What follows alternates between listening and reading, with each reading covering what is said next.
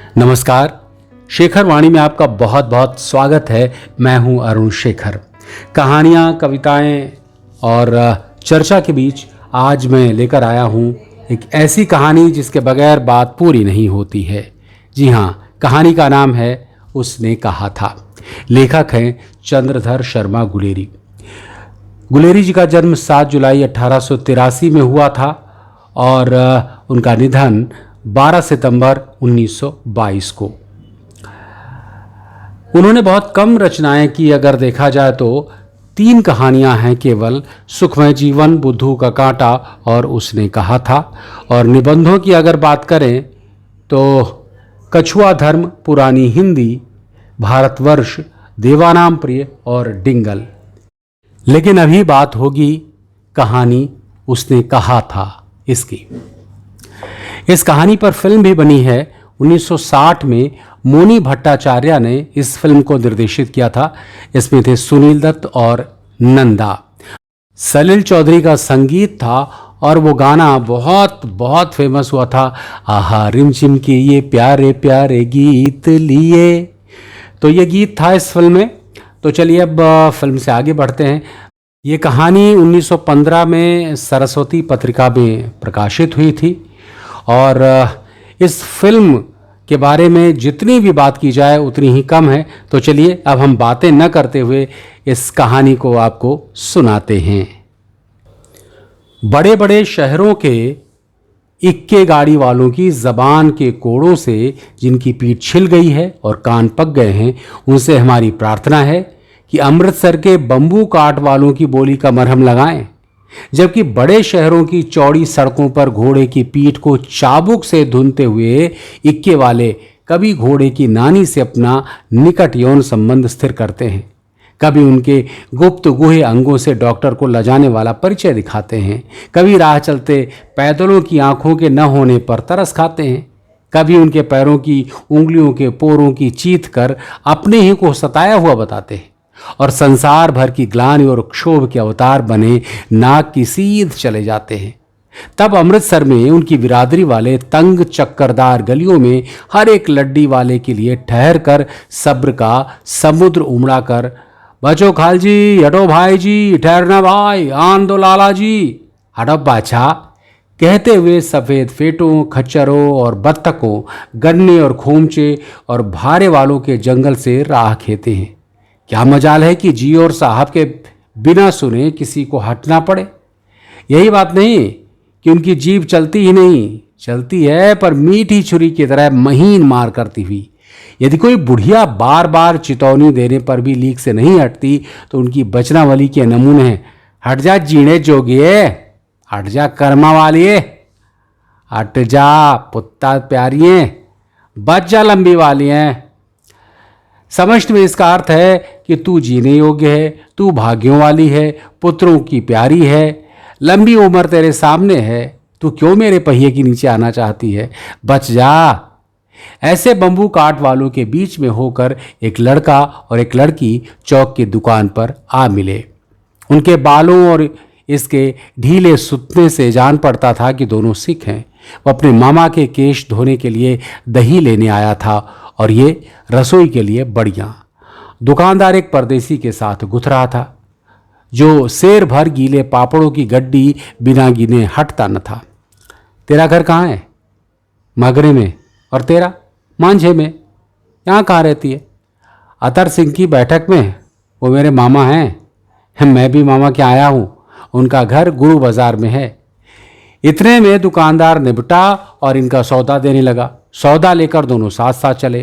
कुछ दूर जाकर लड़के ने मुस्कुराकर पूछा, तेरी कुड़माई हो गई? इस पर लड़की कुछ देर आंखें चढ़ाकर धत कहकर दौड़ गई और लड़का मुंह देखता रह गया। दूसरे तीसरे दिन सब्जी वाले के यहाँ या दूध वाले के यहाँ अकस्मात दोनों मिल जाते। महीना भर यही हाल रहा। 2-3 दिन बाद लड़के ने फिर पूछा, तेरी कुड़माई हो गई? और उत्तर में वही धत मिला। एक दिन जब फिर लड़के ने वैसी ही हंसी में चिढ़ाने के लिए पूछा तो लड़की लड़के की संभावना के विरुद्ध बोली, हाँ हो गई। कब? कल। देखते नहीं ये रेशम से कड़ा हुआ सालू। लड़की भाग गई। लड़के ने घर की सीध ली। रास्ते में एक लड़के को मोरी में धकेल दिया। एक छाबड़ी वाले के दिन भर की कमाई खोई। एक कुत्ते को पत्थर मारा और गोभी वाले ठेले में दूध उड़ेल दिया। सामने नहाकर आती हुई किसी वैष्णवी से टकराकर अंधे की उपाधि पाई। तब कहीं घर पहुंचा। राम राम, ये भी कोई लड़ाई है। दिन रात खंदकों में बैठे हड्डियां अकड़ गई। लुधियाना से 10 गुना जाड़ा और मेह और बर्फ से ऊपर से पिंडलियों तक कीचड़ में धंसे हुए हैं। जमीन कहीं दिखती नहीं। घंटे 2 घंटे में कान के पर्दे फाड़ने वाले धमाके के साथ सारी खंदक हिल जाती है और 100-100 गज धरती उछल पड़ती है। इस गैबी गोले से बचे तो कोई लड़े। नगरकोट का जलजला सुना था। यहाँ दिन में 25 जलजले होते हैं। जो कहीं खंदक से बाहर साफा या कोहनी निकल गई तो चटाक से गोली लगती है। न मालूम बेईमान मिट्टी में लेटे हुए हैं या घास की पत्तियों में छिपे रहते हैं। लहना सिंह और 3 दिन हैं। 4 तो खंदक में बिता ही दिए। परसों में रिलीफ आ जाएगी और फिर 7 दिन की छुट्टी। अपने हाथों झटका करेंगे, पेट भर खाकर सो रहेंगे। उसी फिरंगी मेम के बाग में मखमल की सी हरी घास है। फल और दूध की वर्षा कर देती है। लाख कहते हैं दाम नहीं लेती, कहती है तो वो राजा हो, मेरा मुल्क बचाने आए हो। 4 दिन तलक पलक नहीं झपकी। बिना फेरे घोड़ा बिगड़ता है और बिना लड़े सिपाही। मुझे तो संगीन चढ़ाकर मार्च का हुक्म मिल जाए, फिर 7 जर्मनों को अकेला मारकर न लौटूं तो मुझे दरबार साहब की देहली पर मत्था टेकना नसीब न हो। पाजी कहीं के कलों के घोड़े संगीन देखते ही मुंह फाड़ देते हैं और पैर पकड़ने लगते हैं। यों अंधेरे में 30-30 मन का गोला फेंकते हैं। उस दिन धावा किया था। 4 मील तक एक जर्मन नहीं छोड़ा था। पीछे जंगल से हट जाने का कमान दिया, नहीं तो सीधे बर्लिन पहुंच जाते। क्यों? सूबेदार हजार सिंह ने मुस्कुराकर कहा, लड़ाई के मामले जमादार या नायक के चलाए नहीं चलते। बड़े अफसर दूर की सोचते हैं। 300 मील का सामना है, एक तरफ बढ़ गए तो क्या होगा? सूबेदार जी, सच है, लहना सिंह बोला, पर क्या करें, हड्डियों हड्डियों में जो जाड़ा धंस गया है, सूर्य निकलता ही नहीं। खाई में दोनों तरफ से चंबे की बावलियों के से सोते झर रहे हैं। एक धावा हो जाए तो गर्मी आ जाए। उद्मी उठ, सिगड़ी में कोले डाल। वजीरा, तुम 4 जने बाल्टियां लेकर खाई का पानी बाहर फेंको। महासिंह, शाम हो गई है, खाई के दरवाजे का पहरा बदल ले। ये कहते हुए सूबेदार सारी खंदक में चक्कर लगाने लगे। वजीरा सिंह पलटन का विदूषक था। बाल्टी में गंदला पानी भरकर खाई के बाहर फेंकता हुआ बोला, मैं पौधा बन गया हूं, करो जर्मनी के बादशाह का तर्पण। इस पर सब खिलखिला पड़े और उदासी के बादल फट गए। लहना सिंह ने दूसरी बाल्टी भरकर उसके हाथ में देकर कहा, अपनी बाड़ी के खरबूजों में पानी दो। ऐसा खाद का पानी पंजाब भर में नहीं मिलेगा। हाँ, देश क्या है, स्वर्ग है। मैं तो लड़ाई के बाद सरकार से 10 धूमा जमीन यहाँ मांग लूँगा और फलों के बूटे लगाऊंगा। लाड़ी होरा को भी यहाँ बुला लोगे या वहीं दूध पिलाने वाली फरंगी में? चुप कर, यहाँ वालों को शर्म नहीं। देश देश की चाल है। आज तक मैं उसे समझा न सका कि सिख तंबाकू नहीं पीते। वो सिगरेट देने में हट करती है, होठों में लगाना चाहती है और मैं पीछे हटता हूँ तो समझती है कि राजा बुरा मान गया, अब मेरे मुल्क के लिए नहीं लड़ेगा। अच्छा, अब्बोध सिंह कैसा है? अच्छा है, जैसे मैं जानता ही ना हूँ। रात भर तुम अपने कंबल उसे उड़ाते हो और आप सिगड़ी के सहारे गुजर करते हो। उसके पहरे पर आप पहरा दे आते हो। अपने सूखे लकड़ी के तख्तों पर उसे सुलाते हो। आप कीचड़ में पड़े रहते हो, कहीं तुम न मांदे पड़ जाना। जाड़ा क्या है, मौत है, और निमोनिया से मरने वालों को मुरब्बे नहीं मिला करते। मेरा डर मत करो, मैं तो बुलेल की खड्ड के किनारे मरूंगा। भाई कीरत सिंह की गोदी पर मेरा सिर होगा और मेरे हाथ के लगाए हुए आंगन के आम के पेड़ की छाया होगी। वजीरा सिंह ने त्योरी चढ़ाकर कहा, क्या मरने मारने की बात लगाई है? मरे जर्मनी और तुर्क। हाँ भाइयों, कैसे? दिल्ली शहर में पिशोर नू जान दिए, कर लेना लौंगा दा व्यापार मणिए, कर लेना नांदेड़ा सौदा आड़िए। लाड़ा चटा का कंदुए नू का बड़ाए वे मज़ेदार गोरिए, हुण लाड़ा चटा का कंदुए नू। कौन जानता था कि दाढ़िया वाले दरबारी सिख ऐसे लुच्चों का गीत गाएंगे। पर सारी खंदक इस गीत से गूंज उठी और सिपाही फिर ताज़े हो गए, मानो 4 दिन से सोते और मौज ही करते रहे हों। दोपहर रात गई, अंधेरा है, सन्नाटा छाया हुआ है। बोधा सिंह खाली बिस्कुटों के 3 टिनों पर अपने दोनों कंबल बिछाकर और लहना सिंह के 2 कंबल और एक बरान कोट ओढ़कर सो रहा है। लहना सिंह पहरे पर खड़ा हुआ है, एक आंख खाई के मुंह पर है और एक बोधा सिंह के दुबले शरीर पर। बोधा सिंह का रहा, क्या बोधा भाई, क्या है, पानी पिला दो। लहना सिंह ने कटोरा उसके मुंह से लगाकर पूछा। कहो कैसे हो? पानी पीकर बोधा बोला, कंपनी छूट रही है, रोम रोम में तार दौड़ रहे हैं, दांत बज रहे हैं। अच्छा मेरी जर्सी पहन लो। और तुम? अरे मेरे पास सिगड़ी है और मुझे गर्मी लगती है, पसीना आ रहा है। ना ना मैं नहीं पहनता, 4 दिन से तुम मेरे लिए। हाँ याद आई, मेरे पास दूसरी गर्म जर्सी है, आज सवेरे ही आई है, विलायत से बुन बुन कर भेज रही है मैं। गुरु उनका भला करे। यूँ कहकर लहना अपना कोट उतार कर जर्सी उतारने लगा। सच कहते हो? और नहीं झूठ। यूँ कहकर नहीं करते बोधा को उसे जबरदस्ती जर्सी पहना दी और आप खाब की कोट और जीन का कुर्ता पहनकर पहरे पर आ खड़ा हुआ। मेम की जर्सी की कथा केवल कथा थी। आधा घंटा बीता, इतने में खाई के मुंह से आवाज आई, सूबेदार हजारा सिंह। कौन? लेफ्टिनेंट साहब, हुक्म हुजूर, कहकर सूबेदार तनकर फौजी सलाम करके सामना हुआ। देखो इसी समय धावा करना होगा। मील भर की दूरी पर पूरब के कोने में जर्मन खाई है, उसमें 50 से ज्यादा जर्मन नहीं है। इन पेड़ों के नीचे नीचे 2 खेत काट कर रास्ता है, 3-4 घुमाव हैं। जहां मोड़ है वहां 15 जवान खड़े कर आया हूं। तुम यहां 10 आदमी छोड़कर सबको साथ ले जाकर उनसे मिलो, खंदक छीन कर वहीं। जब तक दूसरा हुक्म न मिले डटे रहो, हम यहां रहेंगे, जो हुक्म। चुपचाप सब तैयार हो गए। बोधा भी कंबल उतार कर चलने लगा। तब लहना सिंह ने उसे रोका। लहना सिंह आगे हुआ तो बोधा के बाप सूबेदार ने उंगली से बोधा की ओर इशारा किया। लहना सिंह समझकर चुप हो गया। पीछे 10 आदमी कौन रहे, इस पर बड़ी हुज्जत हुई। कोई न रहना चाहता था। समझा बुझाकर सूबेदार ने मार्च किया। लेफ्टिनेंट साहब लहना की सिगड़ी के पास मुंह फेर कर खड़े हो गए और जेब से सिगरेट निकालकर सुलगाने लगे। 10 मिनट बाद उन्होंने लहना की ओर हाथ बढ़ाकर कहा, लो तुम भी पियो।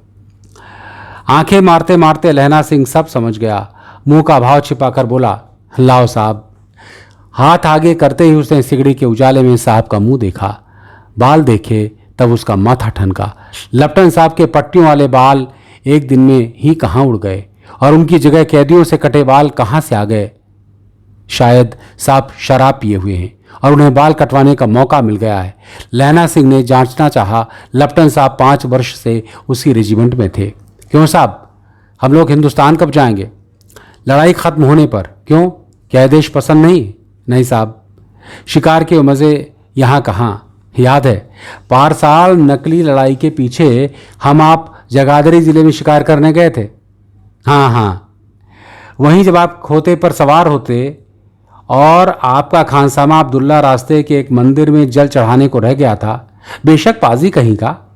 सामने से वो नील गाय निकली कि ऐसी बड़ी मैंने कभी न देखी थी और आपकी गोली कंधे में लगी और पुट्ठे में निकली।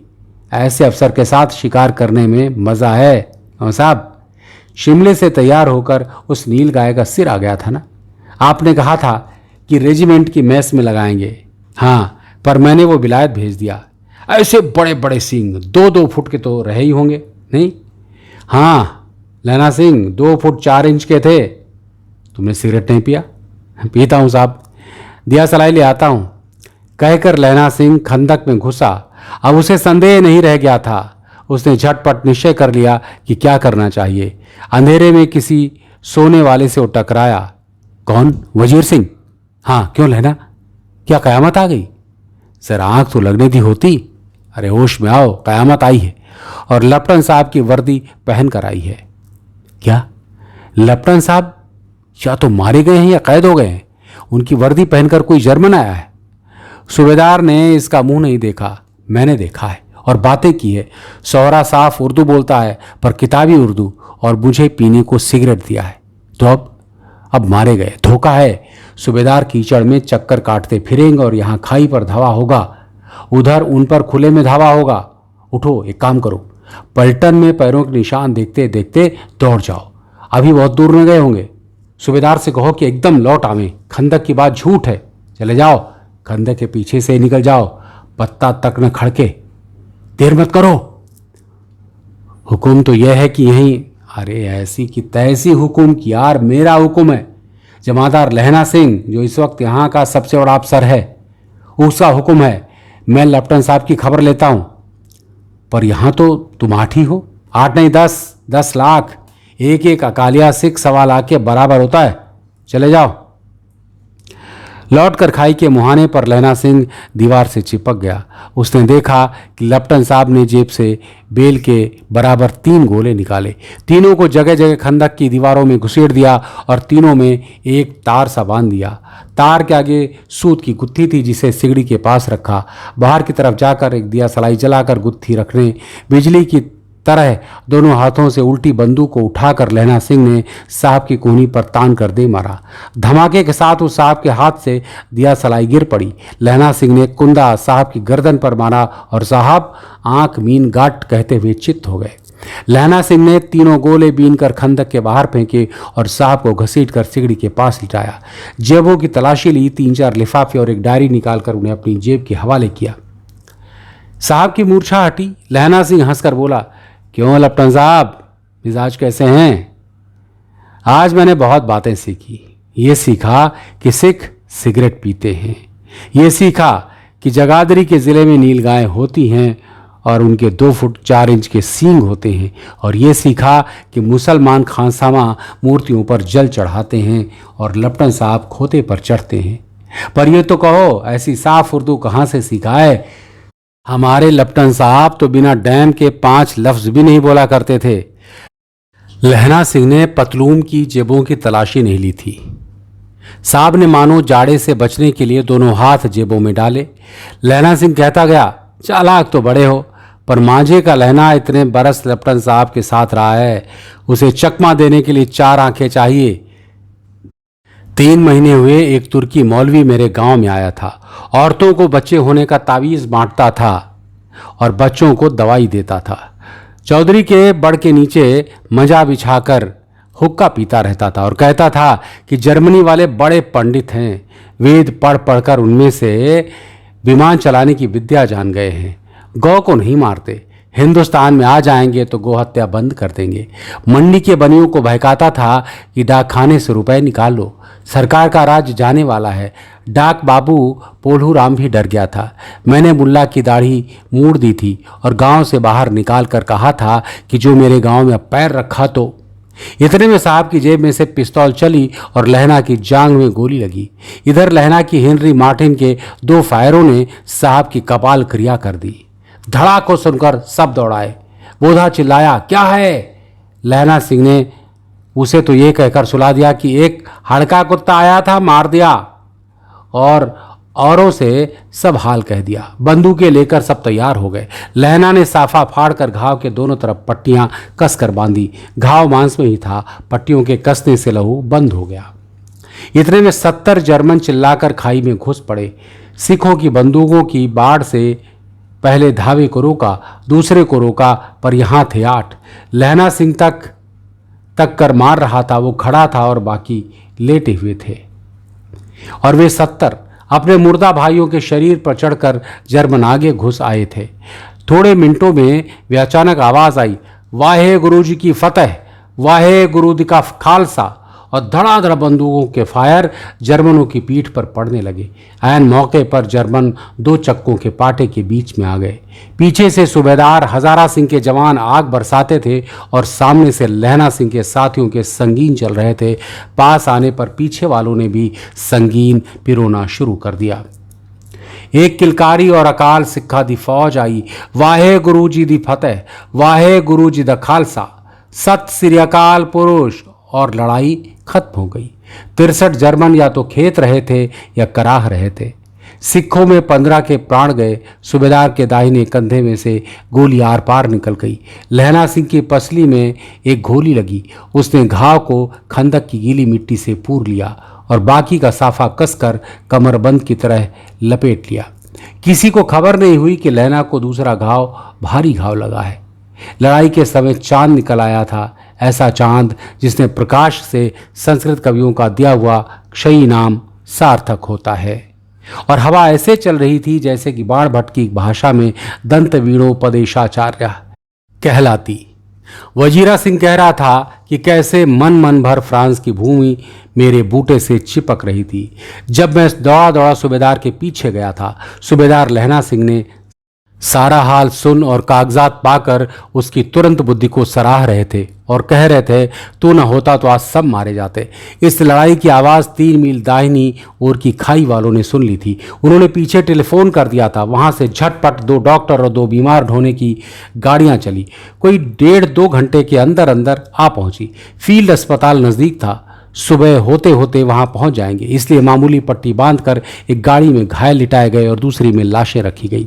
सूबेदार ने लहरा सिंह की जांग में पट्टी बंधवानी चाहिए। बोध सिंह ज्वर से बर्रा रहा था, पर उसने ये कहकर टाल दिया कि घाव थोड़ा है, सवेरे देखा जाएगा। वो गाड़ी में लिटाया गया। लहना को छोड़कर सूबेदार जाते नहीं थे। ये देख लहना ने कहा, तुम्हें बोधा की कसम है और सूबेदारनी जी की सौगंध है तो इस गाड़ी में न चले जाओ। और तुम, अरे मेरे लिए वहाँ पहुंचकर गाड़ी भेज देना। और जर्मन मुर्दों के लिए भी तो गाड़ियाँ आती होंगी। मेरा हाल बुरा नहीं है, देखते नहीं मैं खड़ा हूँ, वजीरा सिंह मेरे पास ही है। अच्छा, पर बोधा गाड़ी पर लेट गया। भला अभी तो चढ़ जाओ। सुनिए तो, सूबेदारनी होरा को चिट्ठी लिखो तो मेरी मत्था टेकना लिख देना, और जब घर जाओ तो कह देना कि मुझसे जो उसने कहा था वो मैंने कर दिया। गाड़ियां चल पड़ी थी। सूबेदार ने चढ़ते चढ़ते लैला का हाथ पकड़कर कहा, तूने मेरे और बोधा के प्राण बचाए हैं, लिखना कैसा? साथ ही घर चलेंगे। अपनी सूबेदारनी से तू कह ही देना, उसने क्या कहा था। अब आप गाड़ी पर चढ़ जाओ, मैंने जो कहा वो लिख देना और कह भी देना। गाड़ी के जाते ही लैला लेट गया। वजीरा पानी पिला दे और मेरा कमरबंद खोल दे, तर हो रहा है। मृत्यु के समय पहले स्मृति बहुत साफ हो जाती है। जन्म भर की घटनाएं एक एक करके सामने आने लगती हैं। सारे दृश्यों के रंग साफ होते हैं। समय की धुंध बिल्कुल उन पर से हट जाती है। लहना सिंह 12 वर्ष का है। अमृतसर में मामा के यहाँ आया हुआ है। दही वाले के यहाँ, सब्जी वाले के यहाँ, हर कहीं उसे 8 साल की लड़की मिल जाती है। जब पूछता है कि तेरी कुड़माई हो गई, तब वो धत कहकर भाग जाती है। एक दिन उसने वैसे ही पूछा तो उसने कहा, हाँ कल हो गई, देखते नहीं। ये रेशम के फूलों वाला सालू। ये सुनते ही लहना सिंह को दुख हुआ, क्रोध हुआ। क्यों हुआ? वजीरा सिंह पानी पिला दे। 25 वर्ष बीत गए। अब लहना सिंह नंबर 77 राइफल में जमादार हो गया है। उस 8 वर्ष की कन्या का ध्यान ही न रहा।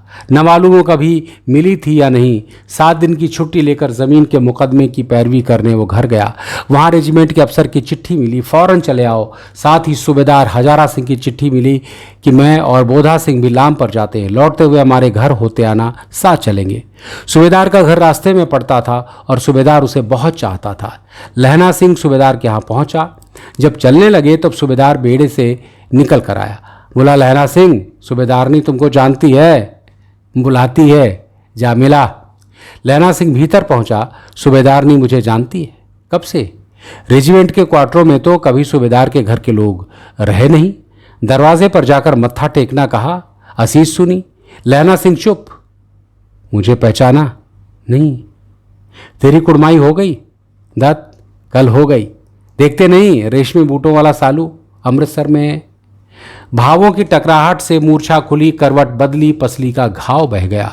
वजीरा सिंह पानी पिला दे, उसने कहा था। स्वप्न चल रहा था। सूबेदारनी कह रही थी, मैंने तेरे को आते ही पहचान लिया। एक काम कहती हूँ, मेरे तो भाग फूट गए। सरकार ने बहादुरी का खिताब दिया है, लालपुर में ज़मीन दी है। आज नमक हलाली का मौका आया है, पर सरकार ने हम तीमियों की एक घघरिया पलटन क्यों न बना दी, जो मैं भी सूबेदारनी के साथ चली जाती। एक बेटा है, फौज में भर्ती हुए उसे 1 ही वर्ष हुआ। उसके पीछे 4 और हुए, पर एक भी नहीं जिया। सूबेदारनी रोने लगी। अब दोनों जाते हैं। मेरे भाग, तुम्हें याद है एक दिन तांगे वाले का घोड़ा दही वाले की दुकान के पास बिगड़ गया था। तुमने उस दिन मेरे प्राण बचाए थे। आप घोड़ों की लातों पर चले गए थे और मुझे उठाकर दुकान के तख्त के पास खड़ा कर दिया था। ऐसे इन दोनों को बचाना, यही मेरी भिक्षा है। तुम्हारे आगे मैं आंचल पसारती हूँ। रोती रोती सूबेदारनी ओबरी में चली गई। लहना सिंह भी आंसू पोंछता हुआ बाहर आया। वजीरा सिंह पानी पिला, उसने कहा था। लहना सिंह का सिर अपनी गोद में रखे वजीरा सिंह बैठा है। जब मांगता है तब पानी पिला देता है। आधे घंटे तक लहना फिर चुप रहा, फिर बोला, कौन? कीरत सिंह। वजीरा ने कुछ समझकर कहा, हाँ भैया, मुझे और ऊंचा कर ले, अपने पट पर मेरा सिर रख ले। वजीरा ने वैसा ही किया। हाँ अब ठीक है, पानी पिला दे बस। अब के हाड़ में आम खूब फलेगा। चचा भतीजा दोनों यहीं बैठकर आम खाना। जितना बड़ा तेरा भतीजा है ना, उतना ही बड़ा ये आम। जिस महीने उसका जन्म हुआ था ना, उसी महीने मैंने इसे लगाया था। वजीरा सिंह के आंसू टप टप टपक रहे थे। कुछ दिन पीछे लोगों ने अखबारों में पढ़ा, फ्रांस और बेल्जियम 67वीं सूची, मैदान में घावों से मरा नंबर 77 सिख राइफल्स जमादार लहना सिंह। तो ये थी कहानी उसने कहा था। कैसी लगी कहानी बताइएगा लिख करके कमेंट में। और हाँ, चैनल को ज़रूर सब्सक्राइब कीजिए, बेल आइकन दबाइए, जिससे कि आपको नोटिफिकेशन मिलते रहें और आपको हमारे सारे एपिसोड्स मिल जाएं। तो चलिए आज की एपिसोड में बस इतना ही। मुलाकात होगी फिर किसी कहानी, किसी कविता या फिर किसी चर्चा के साथ। तब तक के लिए अपना ख्याल रखिए। नमस्कार।